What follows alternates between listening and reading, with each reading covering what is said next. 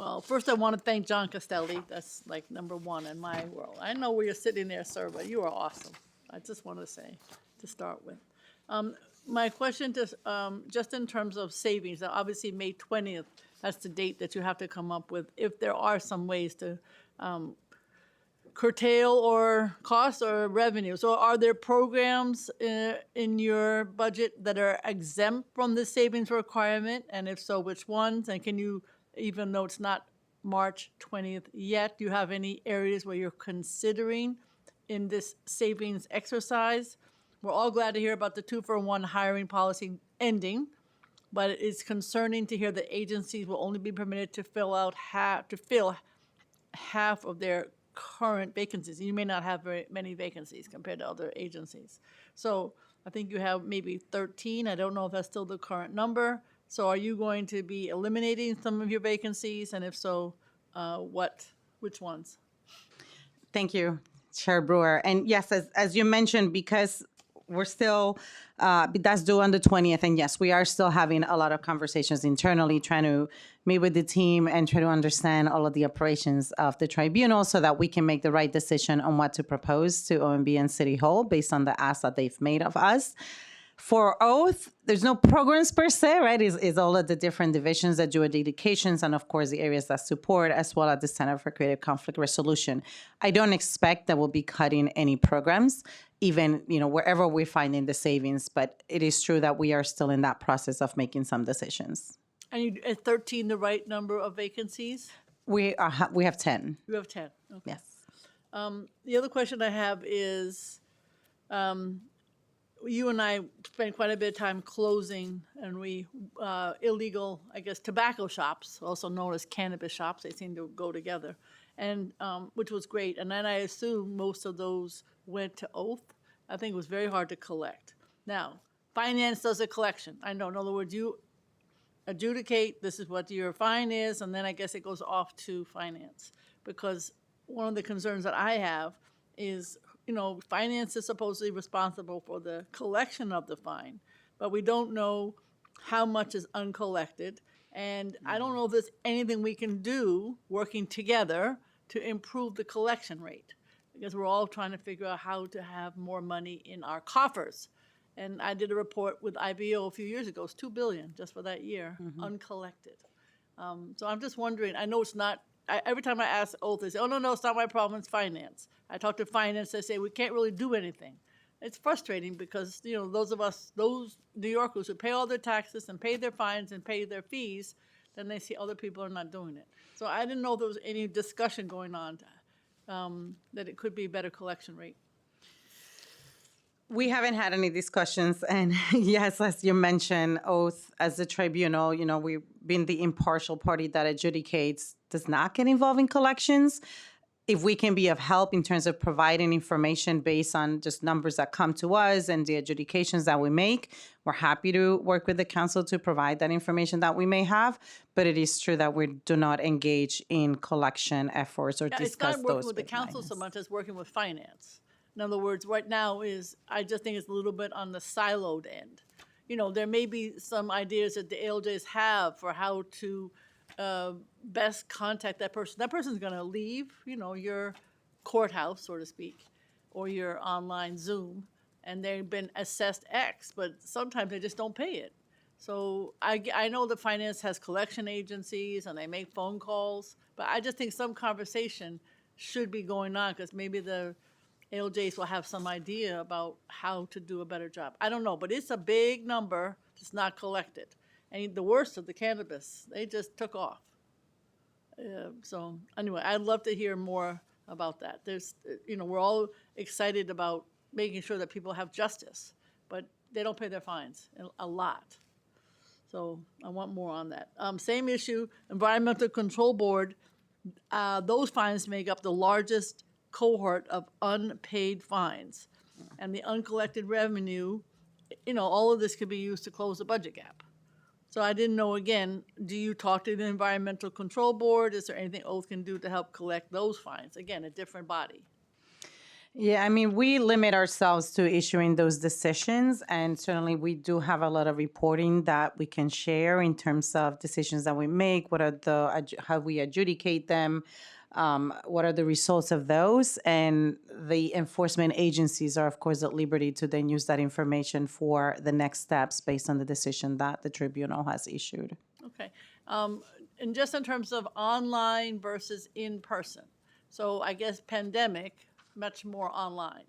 And I think now, even there's no pandemic, but I think much of it is online. So I just didn't know, do you need as much staff? How do you supervise? How does the technology? I have a whole bunch of friends who are ALJs. And they're always sitting in their kitchen, I guess. I think you should come in, but that's okay. All right. So then again, I would assume less space needed. I would assume, you mean more supervision? I don't know. How are you dealing with this very new? I'd like to know the percentage that are doing their work online, and I'd like to know what the technology is at home. Can you get into the IT? Some of them say it's sometimes hard to get an IT person, I'm just saying, because it's, people having problem with their home computer. And then also supervision. How do you know it's going well? When you're in the office, you can check.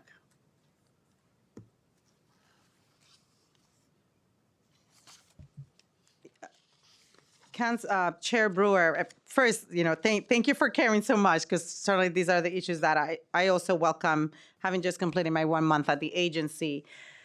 The majority, so going back to my testimony, right, we have 3 main areas of adjudication, right? You have the trials division, where those ALJs are definitely, I'm seeing them all the time in the office, so I know that they're there. And there's diversity of number of cases that may be in person and some via WebEx for the trials division. We do then have the special education hearings. A lot of those are also via video. Carter. I call that Carter, the Carter cases. Yes. Correct. Yeah.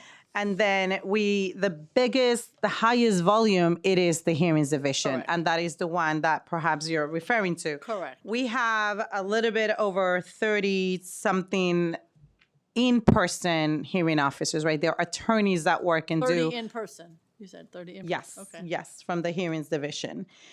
And 33, to be precise, full-time hearing officers. And then we have the per diem hearing officers that, as the word says, right, they work part-time. Yeah. They have, most of them have a limit of hours that they can work during the year. And that number, in terms of the active ones, is 170 of them. Now, the amount of hours that each of them works varies. It depends, right? You understand a lot of them have other things that they're doing with their professional life, and they might be doing this on the side, or maybe this is all that they were doing. Perhaps they retired in their practice. We support them technologically if they have issues, because they have to remote into our system. So there are sometimes we have space issues. Yes, if we want to have more people come in person, or we want to have more in-person hearing officers available.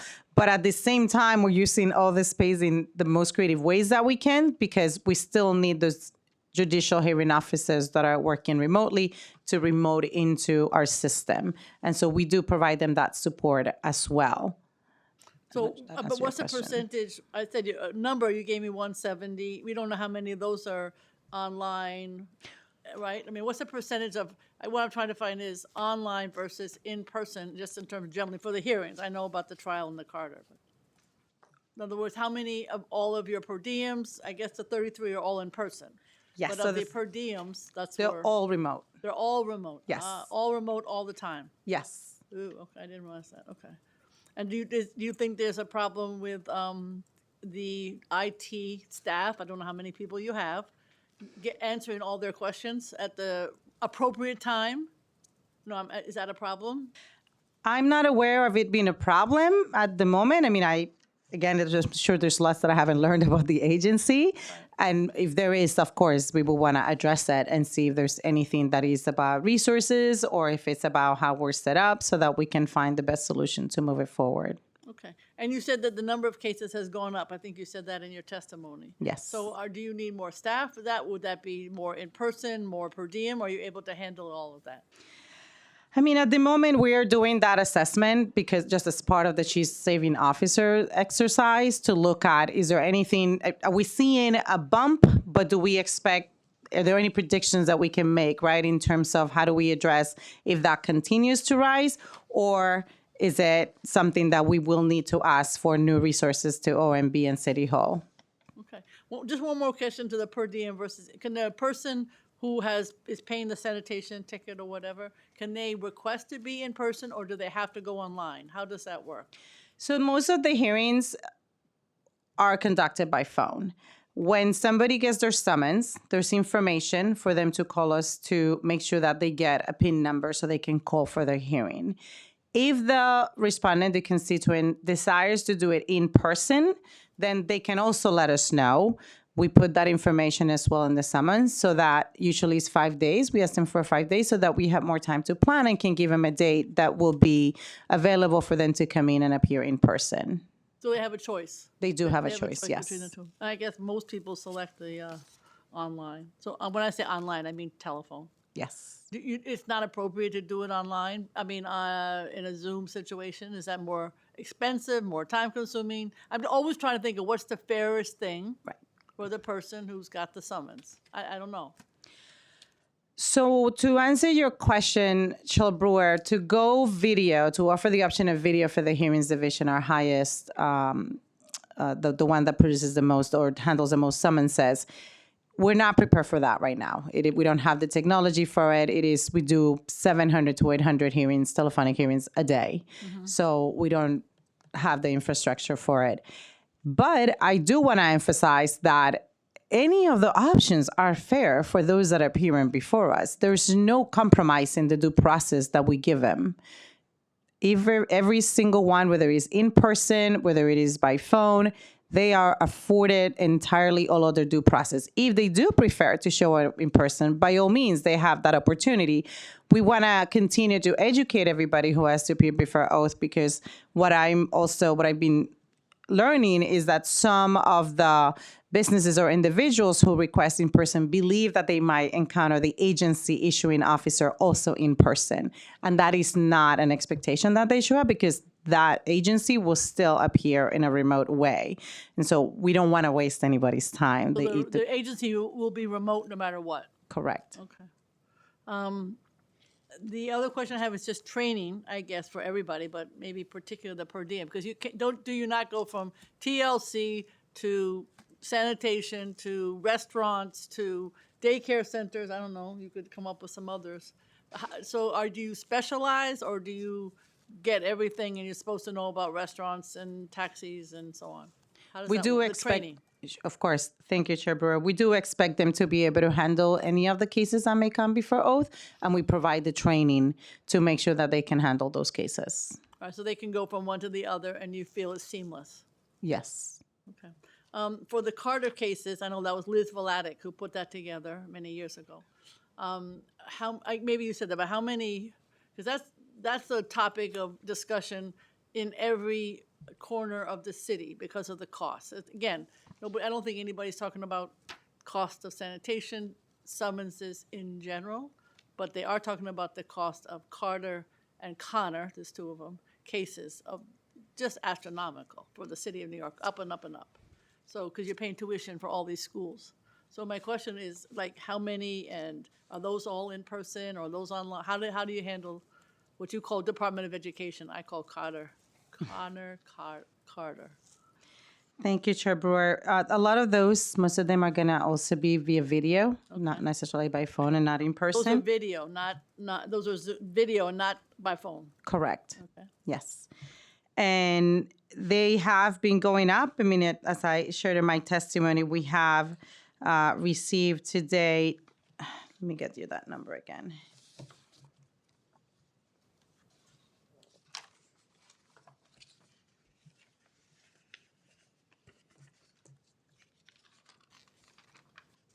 Sorry. We have received 12,742 cases in fiscal year 26 as of March 2nd. Wow. They do continue to be filed each day. Usually the biggest number comes at the beginning of the school year because of certain deadlines, right, to file those. Yeah. And then it sort of, tapers on a little bit. Yep. And We have closed so far of those that were filed. We have closed approximately 6,780.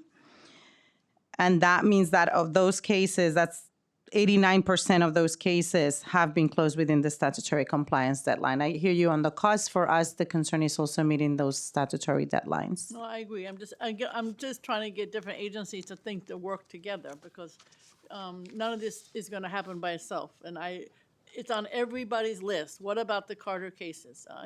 It's sort of along like one of the three top increasing costs, sort of city FEPs, Carter cases, and one more. It's all anybody's talking about. So you've got the adjudication, and everybody definitely needs to have their child have the best opportunity for an IEP student. But this number is just astronomical. All right, so and those folks come from lawyers from DOE, or they're your judges? Who's doing the adjudication on this? Because you don't jump from this to sanitation. Correct. The impartial hearing officers that do the special education cases only do special education cases. They And are you specialized. hire them, or DOE hires them? We hire them. You hire them? Yes. Okay, and how many of them are there approximately? We are currently at 101. 101, okay. All right, and then in terms of the trial, it's a very small number, like 150 or something like that. Is that in person, or that's also Zoom, or I should say phone? No, so none of the trials happen by phone. They happen either in person or via video. Okay, so that's video WebEx. or in person, okay. All right, and how many persons are doing that? How many?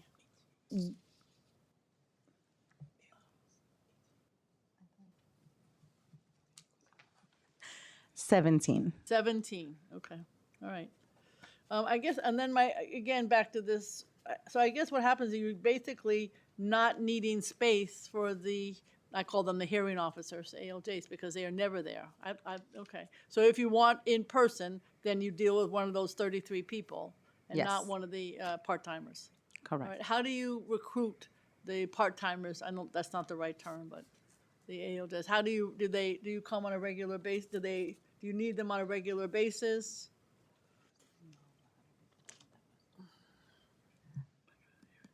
Okay, I thought it was. Okay.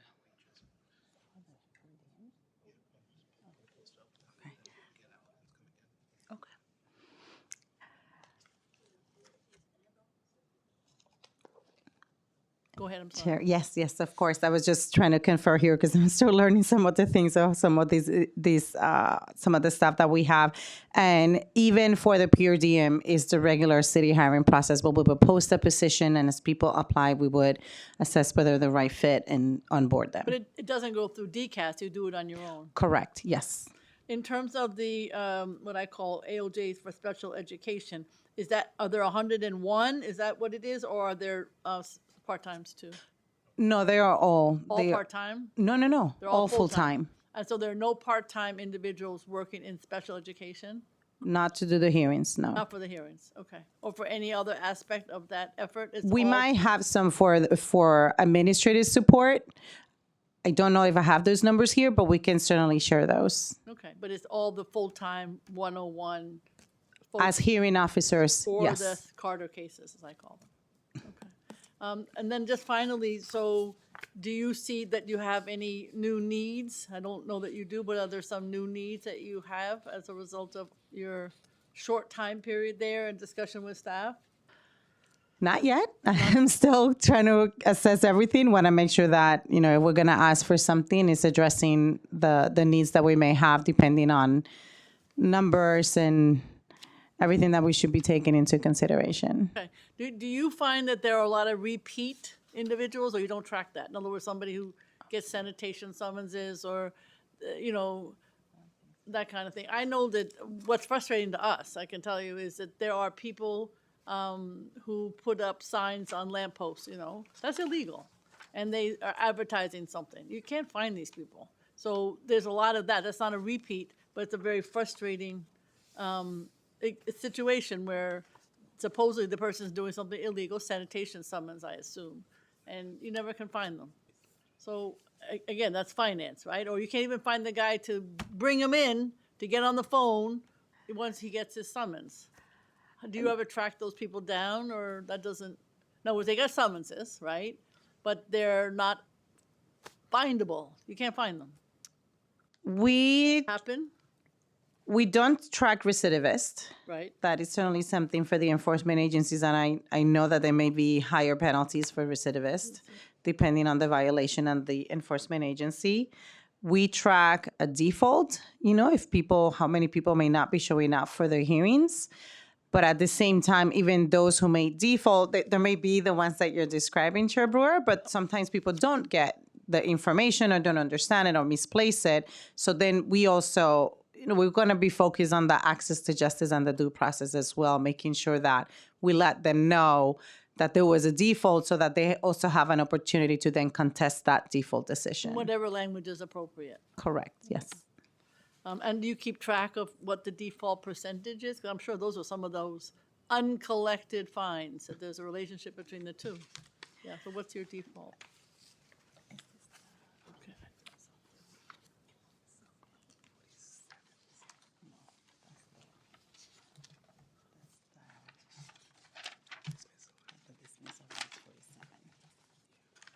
If you just give me a moment, Sure, sure. Chair Brewer.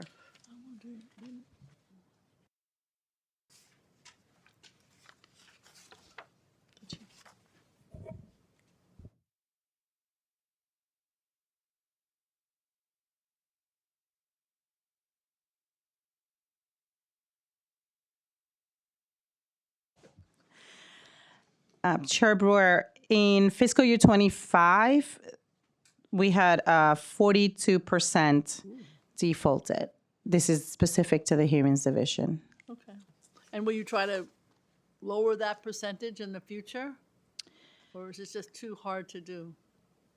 Is that an okay number? I don't know. Oh, I don't know. I don't know that is an okay High, it number or just not seems- an okay number. I can tell. High to me, that's what I was asking. It seems high.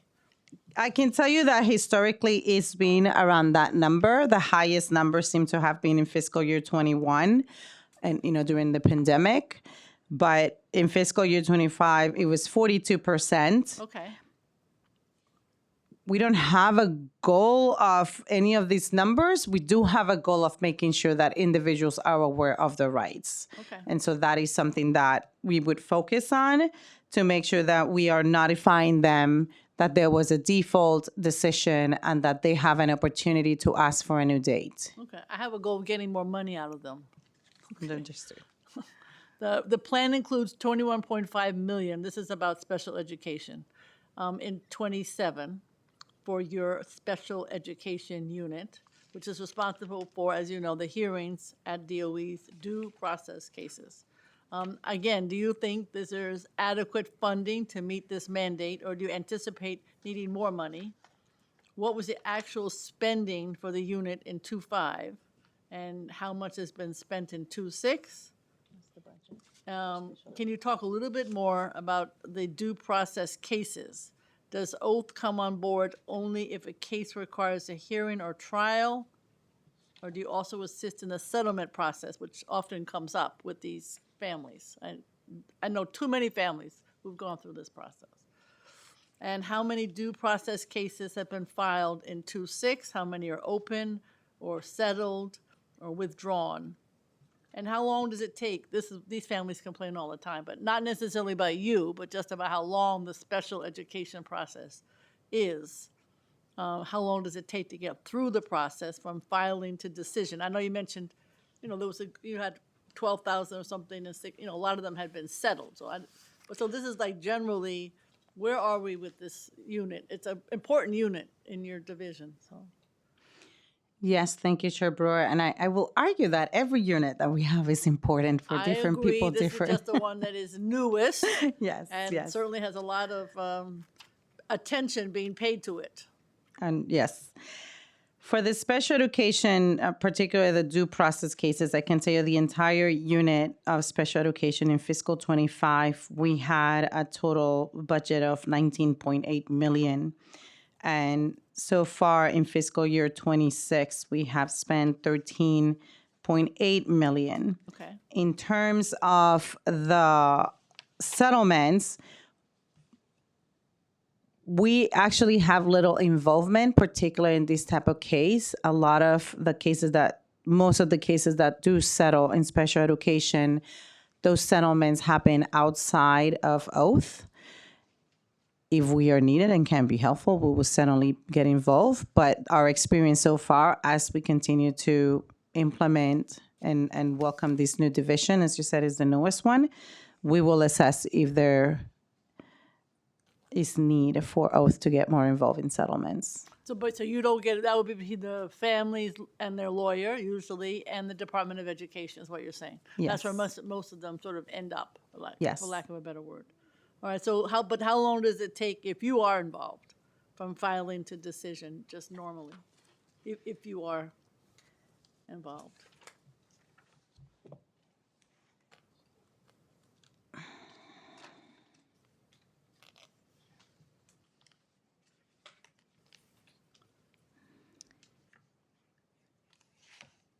The average time that we've tracked from appointment of an oath special education hearing officer to closing a case, the 4-month action in fiscal year 26 is 116 days. 116 days, okay. So some are longer and some are shorter. Yes, every case is certainly going to vary. Yes, Chair Brewer. I guess there's still confusion about what is the difference between ALJs and hearing officers. What is, I mean, to me, the ALJs are part-time, so maybe there's some other difference. So tell me the difference between the two. So I think the confusion, Chair Brewer, may come from the trials division. The ALJs are called ALJs just as per the charter. Okay, They are appointed to 5-year terms, and the law has designated the type of cases that they're going to hear. It's a long list.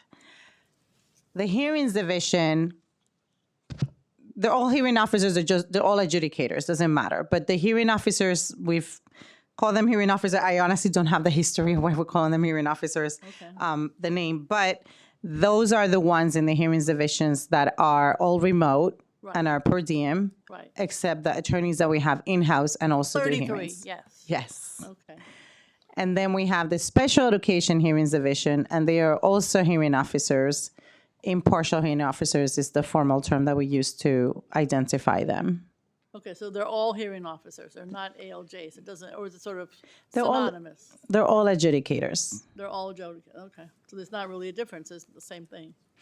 It is the same thing in terms of the work that they do. Okay.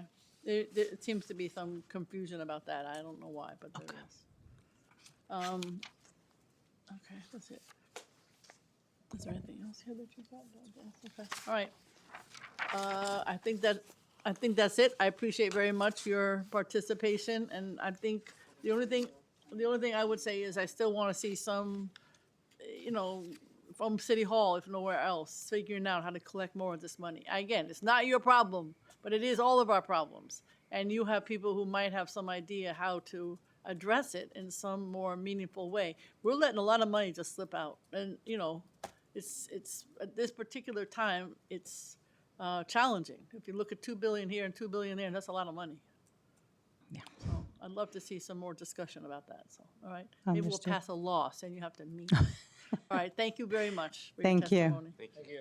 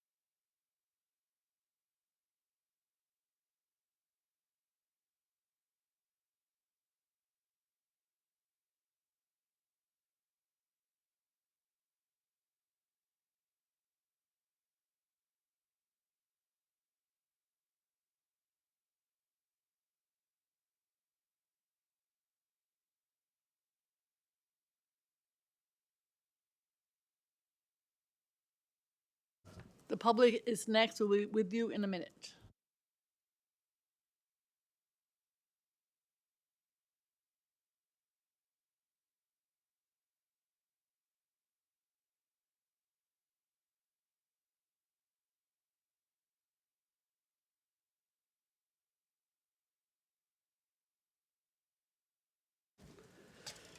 Okay, so now we're opening the hearing for public testimony. The public should know that this is a government proceeding. Decorum shall be observed. Members of the public shall remain silent at all times. The witness table is reserved for people who wish to testify. No video, no photography. Further, members of the public may not present audio or video recordings as testimony, but may submit transcripts of such recording to the Sergeant at Arms for inclusion. If you want to speak at today's hearing, please fill out an appearance card with the Sergeant at Arms, and you will be recognized. When recognized, you will have 3 minutes to speak on today's hearing topic, which I think you know are all about the individuals who have testified and the topics that have come before us today in government operations. If you have a written statement or additional written testimony you want to submit, please provide a copy to the Sergeant at Arms. You may also email written testimony to testimony@council.nyc.gov within 72 hours of the close of this hearing. No audio and no video. For in-person panelists, please come up to the table once your name has been called. So I will call right now Sean Campbell and Tanya Mueller.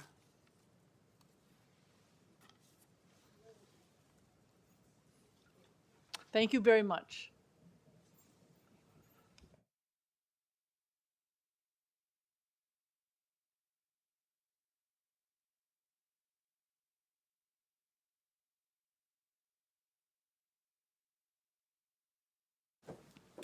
Thank you for joining us. You can begin whenever you wish. Thank you.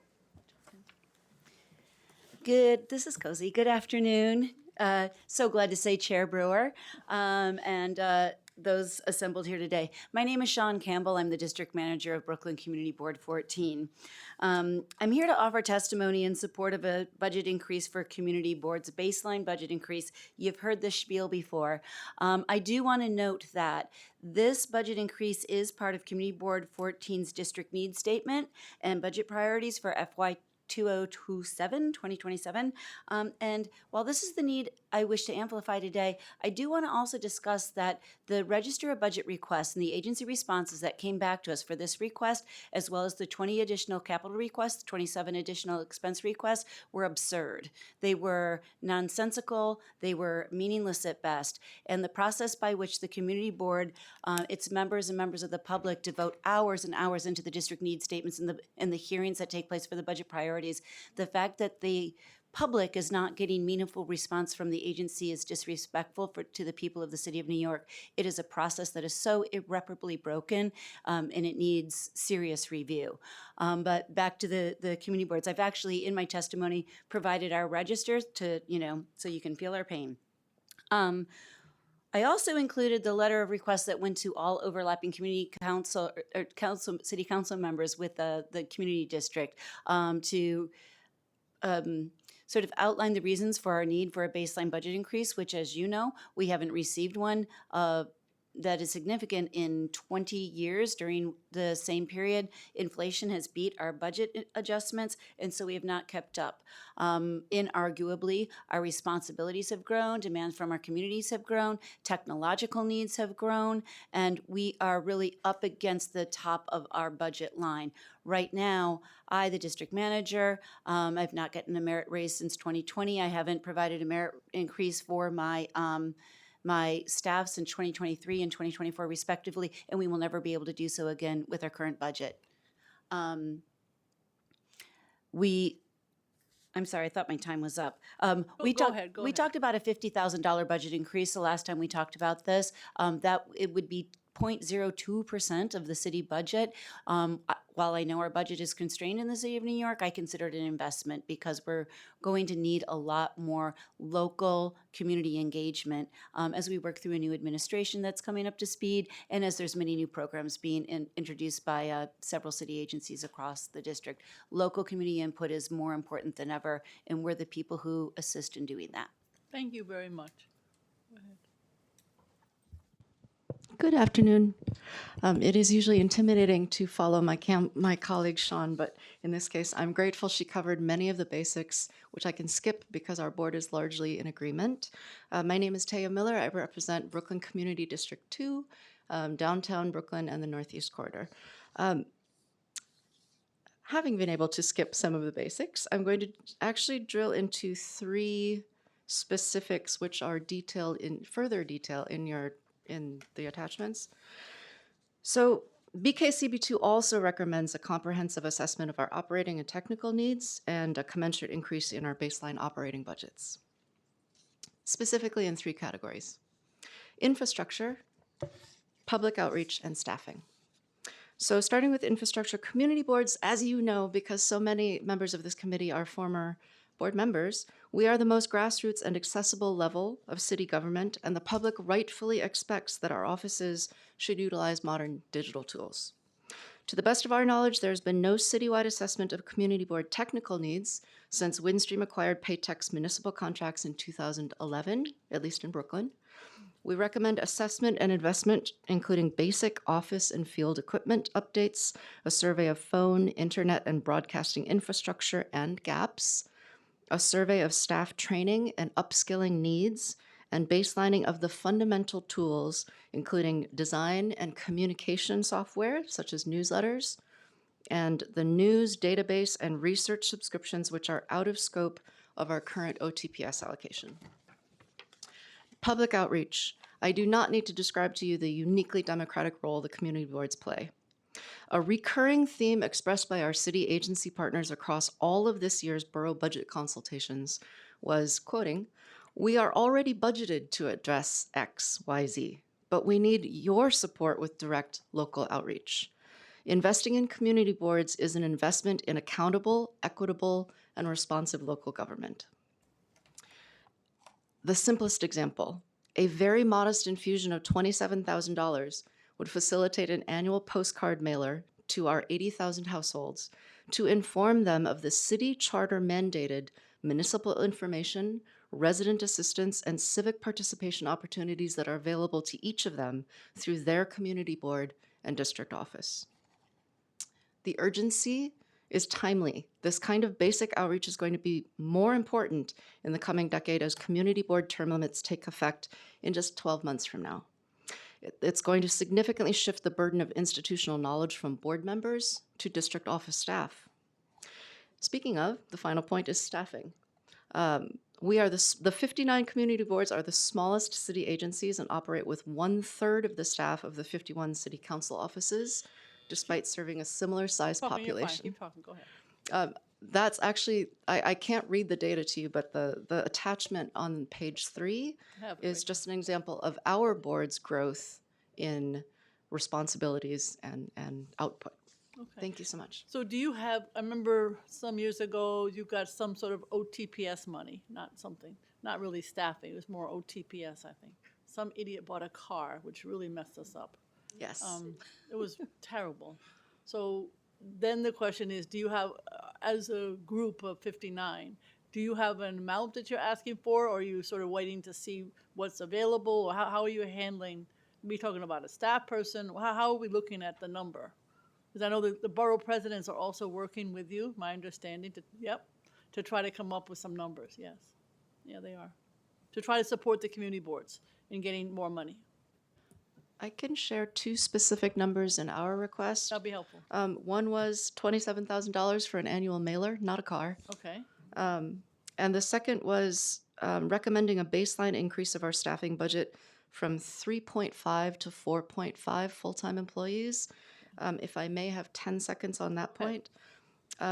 All city agencies take pride in finding creative ways to do more with less. It's part of our service to public interest.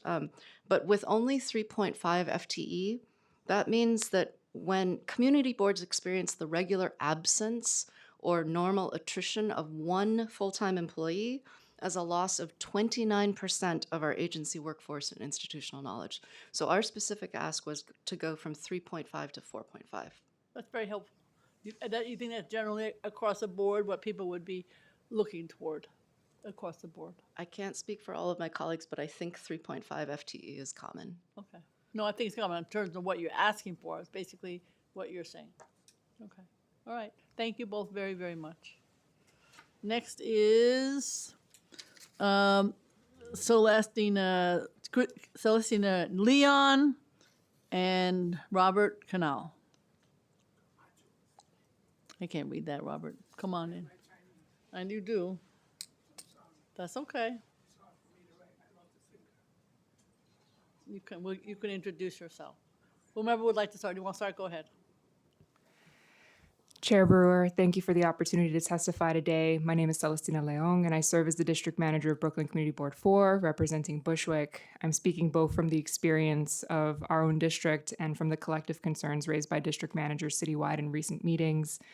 Those discussions have made clear that many of our challenges are not isolated. They are recurring citywide patterns that this council can directly address through the budget.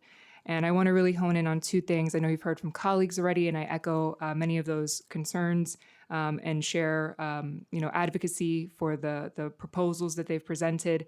The one I want to focus on first is funding the community boards to do the work that the charter requires. I say this right now, I am the one full-time staff member at the community board. We have a part-time staff member.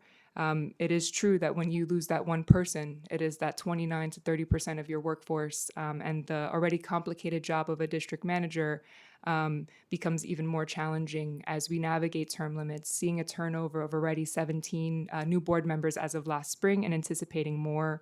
Many boards cannot afford to pay a living wage to staff. We cannot recruit or retain qualified personnel, and we operate with a minimal headcount, even as mandates grow. I want to skip ahead, since we've already focused on this, to also talk a little bit about strengthening and not sidelining community boards. I know in previous hearings we talked a little bit about the redundancy in civic infrastructure, such as the Civic Engagement Commission.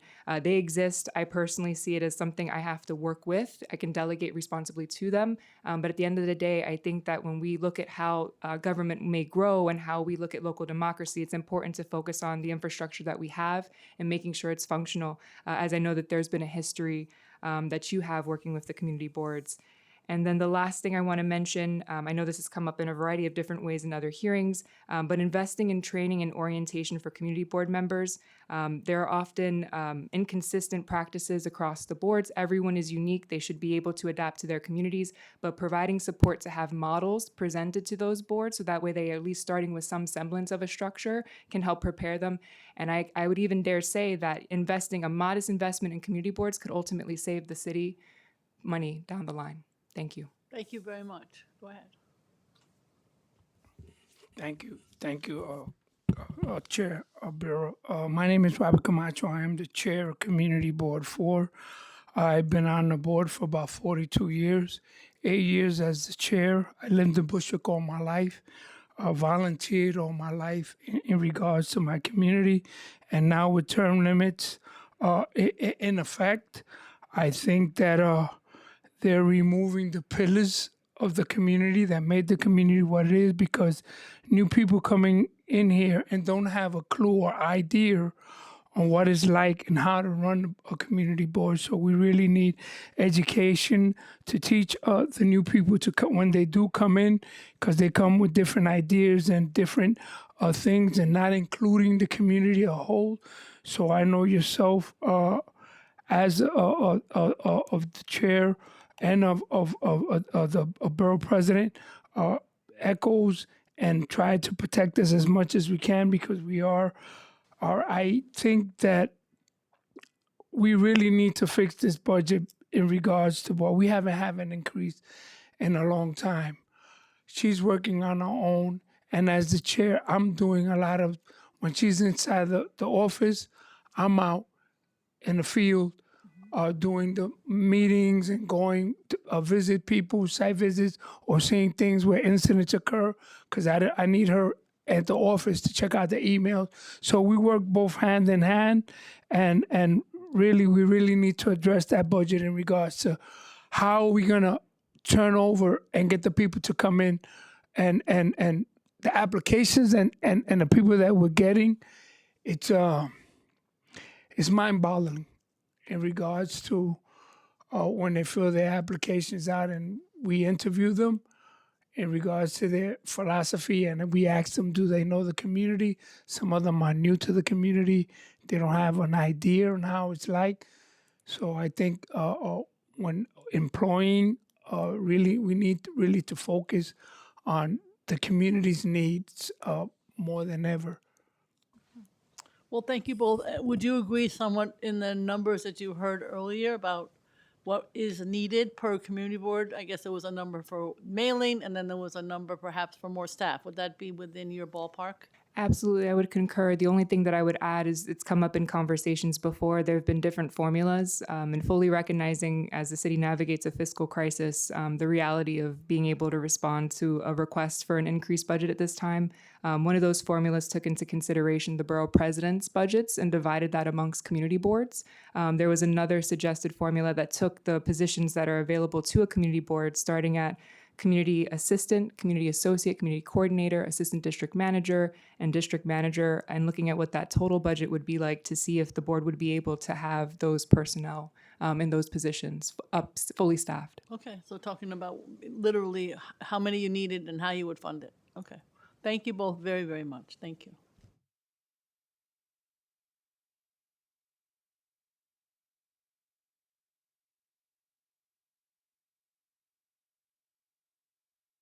So thank you, everybody, for testifying. There's nobody on Zoom, so this hearing is ending. However, the work goes on. I want to thank the staff who's here today. They're phenomenal, and I hope you who testified and listened online could see that there's a lot of effort made, and but it's not the end of the discussion. Thank you very much.